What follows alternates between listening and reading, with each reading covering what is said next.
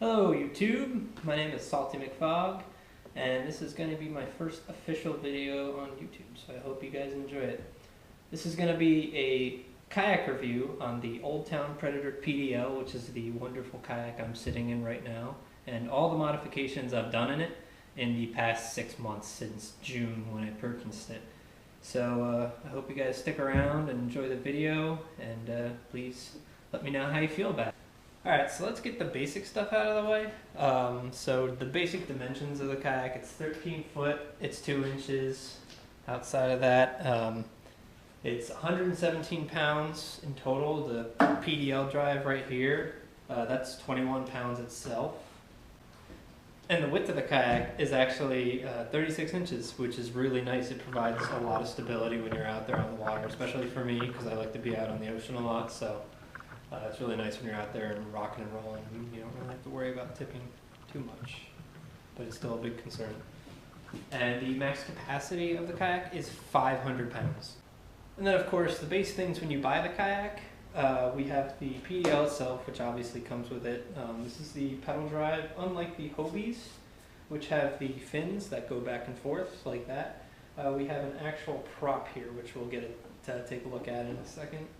And then you have the seat here, nice and comfortable Old Town seat. I really love it so far. And the scuppers that come along. You got about 8 scuppers, which we'll get into detail with later.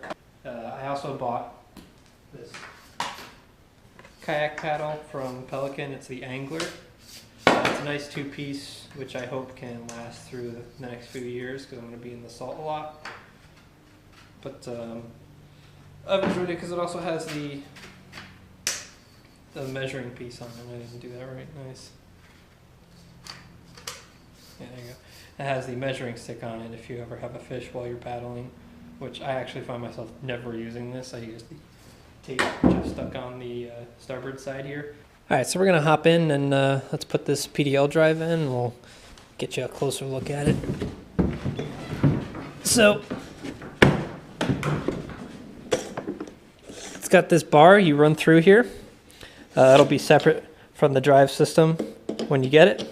You just slide this through here and it locks.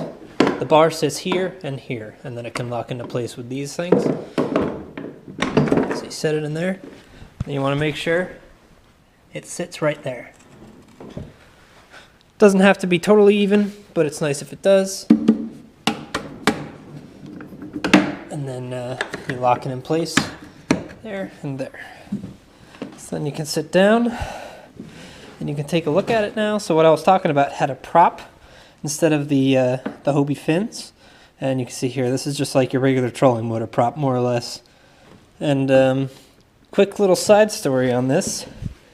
The first month I had it, somebody else was out in my kayak and they happened to put the pedal drive system down incorrectly. So what happened was the prop was sitting like this.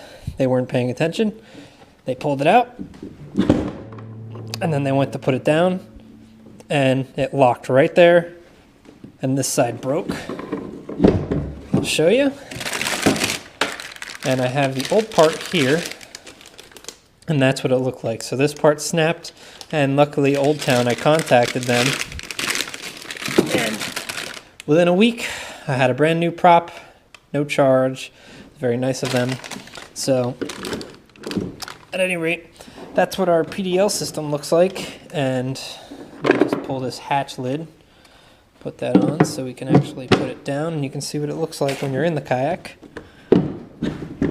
Just nice and easy when you set it down too, like I said. If you're a little too excited, you might actually snap the prop, but that's how it sits in the kayak itself when you're sitting. And it's very nice. This storage hatch is a dry hatch, so you can put your phone and keys in there. That's what I normally do. Just got to make sure you keep the sand out so the water doesn't drip in when you're bringing fish in the boat or taking some waves on the side. And that's what our PDL system looks like inside the boat. Yeah. Alright, so since the season's over, I've actually put all my scuppers and everything away, but I've taken everything out just so I can do a quick video review of this kayak. So Take one of these scuppers out real fast. Real fast. So these are the one-way scuppers for Old Town. They're really nice. I've had no issues with water in the boat other than waves coming overboard. But you see we have 1, 2, 3, 4. There's actually 2 more underneath the seat here. 1, 2. And then in the stern, we've got 2 more. 1, 2. And they just slip right in, and this little loop makes it easy to pull them out. Slip it in, and what it does is if water comes in, it only drains. Water doesn't come back up like some scuppers do.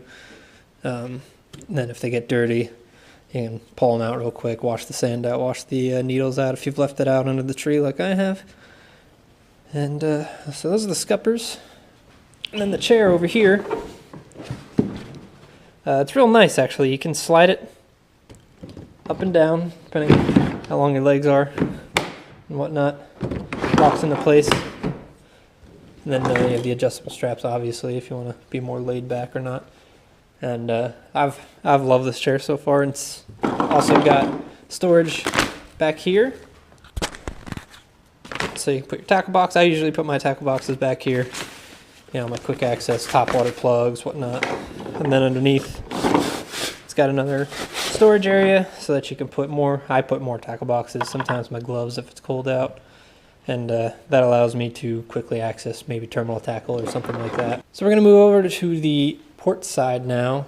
And first thing is one of my favorite things that I've actually had to made my own on my own kayak.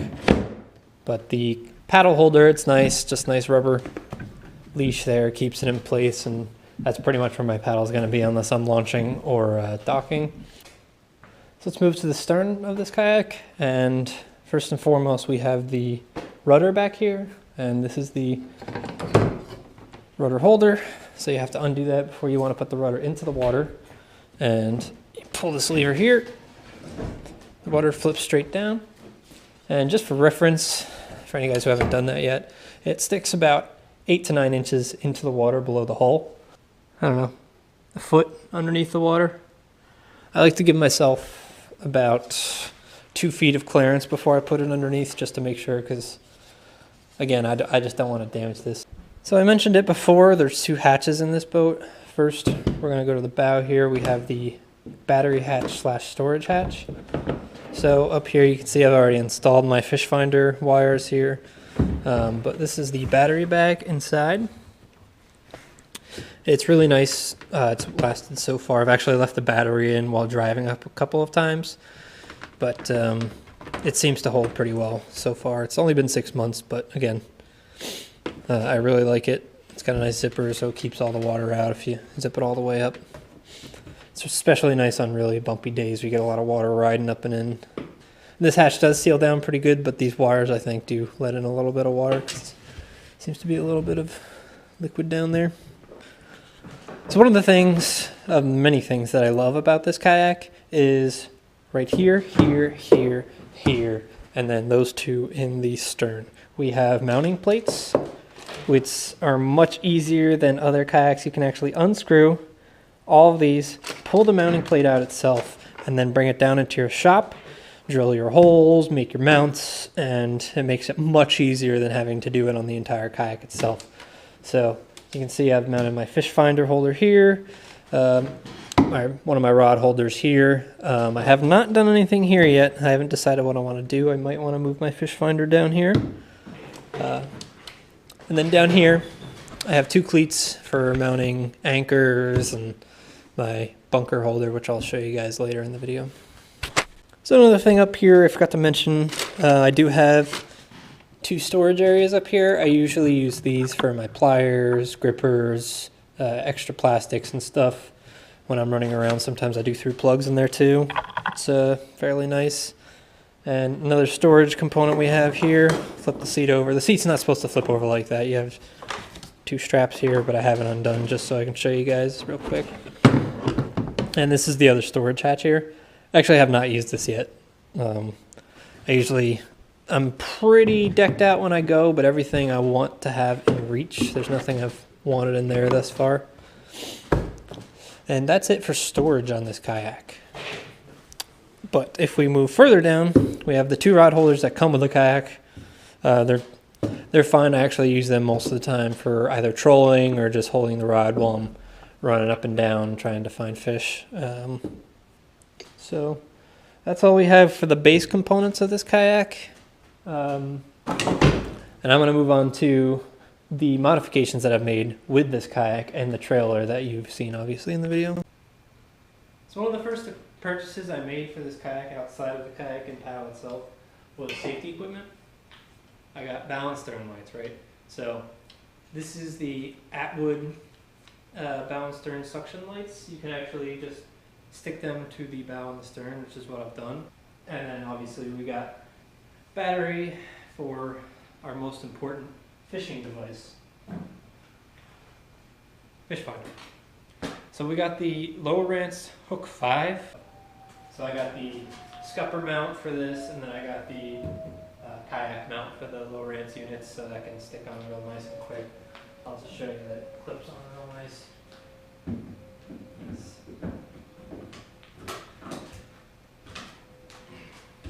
It sits right there, and then I can move back and forth. It's actually kind of in the way of the PDL Drive system, so that's why I'm thinking about moving it to maybe here. That might be a better spot for it. But I just don't like the fact that it would be more in the way of, you know, waves coming over, especially with salt water. I've already had a couple of the pins corroding. Alright, so let's talk about some of the stuff that we have here. First and foremost was my most important addition to my kayak is one of my homemade crates. I looked up online and I didn't feel like spending money on like a real kayak crate with rod holders built in and stuff. So what I did was I found a milk crate downstairs and got some 1¼ PVC, notched out a couple pieces for the reels, and then I just zip tied it in. So zip tied and duct tape, sorry. So you can just see this. I mean, like, it does the job, so I can't complain. It's been through 6 months already and I've had no issues with it.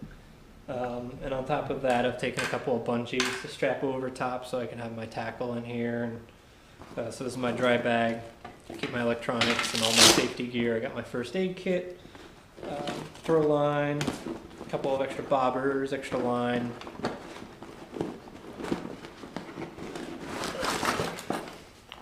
Our first aid kit, have our basic stuff in there, band-aids, gauze, antiseptic, so on and so forth. So we got our fish gripper. I got the Rapala fish grippers, nice plastic piece that can fit and float in the ocean. Has no metal parts really, so you don't have to worry about it corroding. And I've enjoyed it. It's done a great job so far. And more importantly is our safety device, the PHF radio.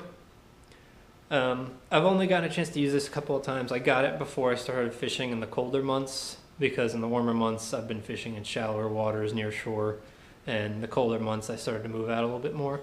And this has really been neat. I haven't had too many people out on the water respond to me, but I've heard a couple of guys talking, so I know it works, and that's all that matters. Just have some piece of safety device, and it does float, and it is waterproof. I've had it fall in the water a couple of times because I've misjudged the clip and how much it'll actually hold on to stuff. And it's got the Weather Channel on it too, so I can have that to listen to while I'm out there instead of listening to myself talk to myself, which isn't the greatest thing in the world. And outside of that, this is the rod holder I have for the port side. I'll show you in a minute. And this is our homemade bunker net. So it's got 2 weights either side here, sit in the water, and I'll show you how it sits in the kayak in a second.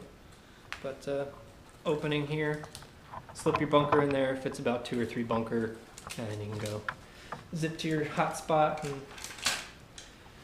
hopefully catch those big boys, right? I haven't really done so much so far. This is our crate rod holders. Obvious safety equipment here. PFD. I've got the whistle attached to it, so in case I fall in the water I can let people know I'm dying or whatever. Ugh, that was salty. So this fancy thingamajig here is how I carry my kayak around. Like I said, it was 117 pounds. That's heavy. For a guy like me, I'm not very strong. I can't pick that thing up. It's awkward. So what I've come up with is a kayak cart. I saw a couple of guys on YouTube do it, and I ended up making it myself. I didn't go with the scupper version. I went with the sit on top version. And as you can see, the noodles haven't made it through 6 months, so I'm probably going to switch over to the scupper cart. But the basic idea is you push the kayak off the stern here and you lay it on top of this. And then what I do to make sure the boat doesn't go anywhere is I take a strap and wrap it around to the cleats. And I think I'll do a separate video on that. But this is the reason I made this was because of moving on beaches. It's very impossible with like regular tires, plastic tires, whatever you can get. So I made these large beach tires, which instead of buying the $200 wheelies, I actually found a guy on YouTube that did this with tractor tire inner tubes, plywood rims that I made by myself, stainless steel bolts, and I filled the inside here with that great stuff. You know, you spray it and like it's in the insulator or whatever, it expands. So kind of see it flipping out the side here, but with the 4 bolts and then a 5/8 inch rod that runs through the middle. And this goes right along the beach perfect. It's great. Last but not least, we have the actual trailer itself. This is a trailer my dad actually made, and we used to keep our canoe on it. And when I got this kayak, I didn't really think about transportation too much, but this thing's big, it's long, and it's not going to fit in the bed of my truck like my old one did. So I ended up getting 3-inch PVC for, no, this is 4-inch I think. 4-inch PVC. I just took 2 10-foot sections, cut them down to 8 foot. Took 6-inch U-bolts here, and I drilled 2 holes in the PVC, put nuts on top. Put that in place, so I got 2 running side by side here. I'll show you right here. So you can see it runs right along the hole. Keeps it nice and flush with the kayak, and then the kayak actually, if it touches anything, it's going to be touching this noodle there, so it's not actually going to be rubbing up against that wood. And up here, I just put the ends just to make it look nice. And again, the noodle sits up here, so the kayak's always sitting on top of that noodle. It's not doing anything else. Then when it comes to launching, I mean actually bringing it off the trailer. Sometimes I launch it from a ramp. I haven't done that too much this year, but I bought these 45-degree angle PVC sections. You actually just slip right on there.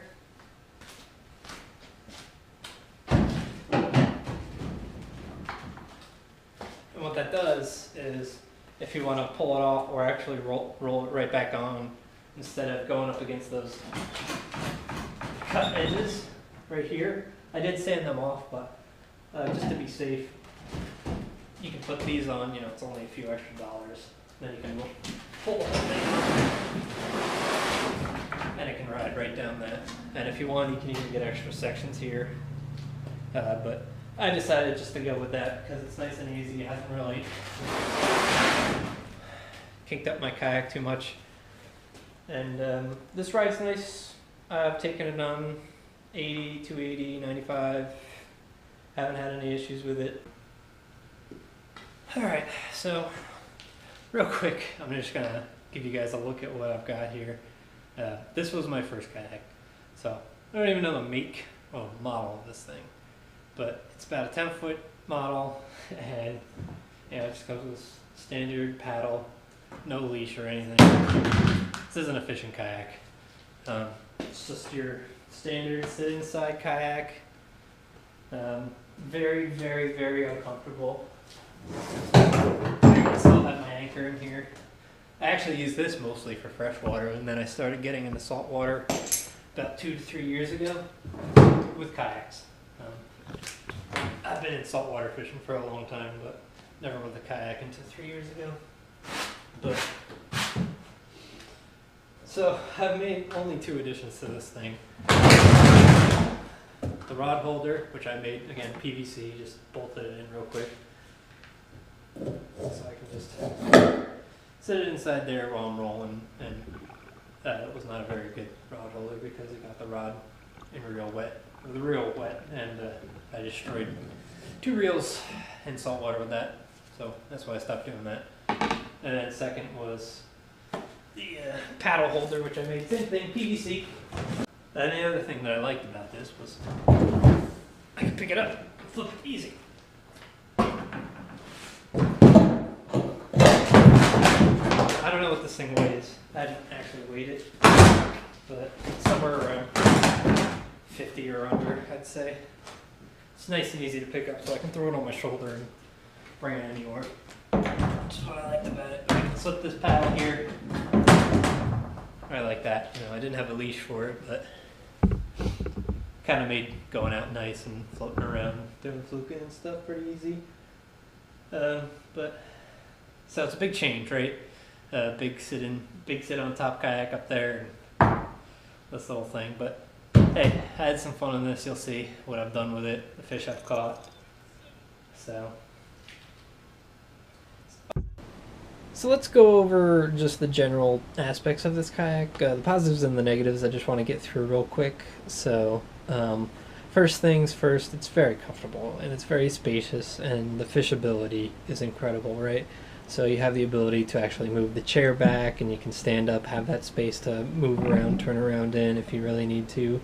And then the seat itself is just very comfortable. So at any point, I've never been uncomfortable in the kayak. If I feel slightly uncomfortable, I can stand up and then I feel much better. But most of the time, sitting down is fine, so I really enjoy it.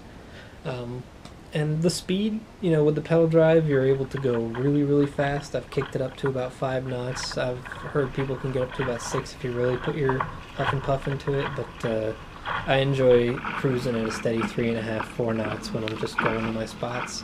And then trolling is a lot easier too with that, obviously. You know, you can hold your rod while you're moving and steering, not just putting into a rod holder while you're paddling and then have to put the paddle away when you see the fish hits and then grab your rod, try and get the hook set before the fish gets off. It's just a big advantage, I think, to most other kayaks without pedal drives. Unfortunately, I haven't had the opportunity to try a Hobie or anything like the Pescador Pilot or stuff like that, but I think this kayak gives them all a run for their money, especially with the pedal drive being able to go in reverse. It allows you to hover over structure, stay on your spot, and also if you're fighting a fish, you can also maneuver out of the structure and get away from shore so you don't lose your fish. And that's a big advantage, I think, over other kayaks where, you know, you don't really have that ability to move away from anything if you have to paddle around. And that's it for the positives. I mean, there's a lot of positives there, and the only negatives I'm going to have is the size, the weight. It's very, very awkward when you're trying to carry it from shore to water. So that's why I have my cart. That makes it 30,000 times easier to actually carry around. Otherwise, you have to huff and puff with that thing. There's no great way to handle it without any kayak cart of any sorts. So I would suggest, if you have one, to make a cart or buy a cart. There's plenty of places you can buy them, but I prefer to make things. So I've got that sit on top cart, and I'm going to turn it into a scupper cart at some point later, which I think should be a lot easier than the one I have right now. And the other negative is, I've experienced it a few times, but I don't tend to go out in these conditions. When you have larger seas out there, especially for guys going in salt water, if you're going with a following sea and you have waves coming behind you, they do tend to catch you, and when you're going, your kayak tends to either want to go left or right real hard. And even with the rudder on it, it does make it a little more complicated and scary.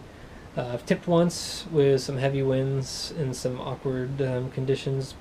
Didn't lose anything, I was fine. It was shallow water, so I didn't really have any troubles getting back in, but I have done a tip tests in calmer waters. I've thrown the boat, flipped it, jumped in the water, tried to get back in, flipping the kayak from the water with no bottom on my feet. So this thing is easy, more or less, once you get the hang of it.